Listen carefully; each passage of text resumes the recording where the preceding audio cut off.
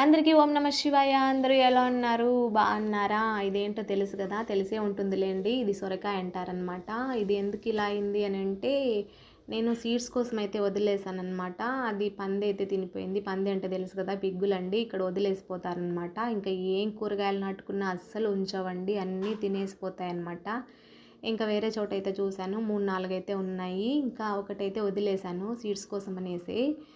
ఇంకా 3-4 అయితే ఇంకా వేరే వాళ్ళకైతే కోసి అయితే ఇచ్చానన్నమాట. ఇంకా దాచుకోవాలి కనిపించకుండా పందులకైతే అవి. ఇవైతే టమాటా మొక్కలండి.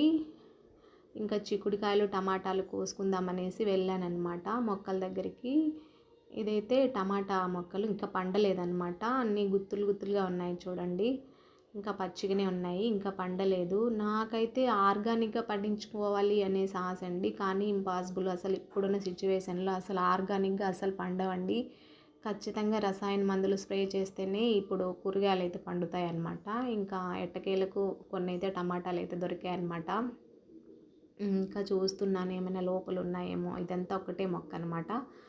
మొత్తం గుత్తులు గుత్తులుగా కాసాయన్నమాట. అన్నీ పచ్చిగానే ఉన్నాయి, ఇంకా పండలేదు.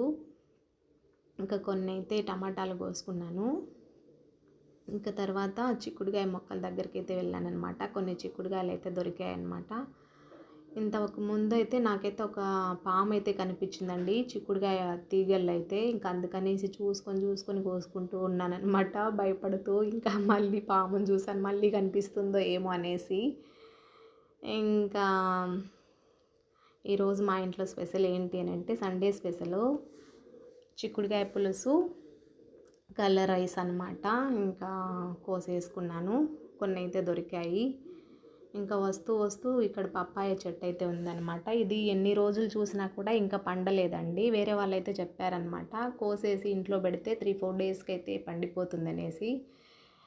2 డేస్ బ్యాక్ అయితే ఒకటి ఇట్లాగే కోసి అయితే పెట్టానమాట. పండింది, చాలా బాగా పండిందండి.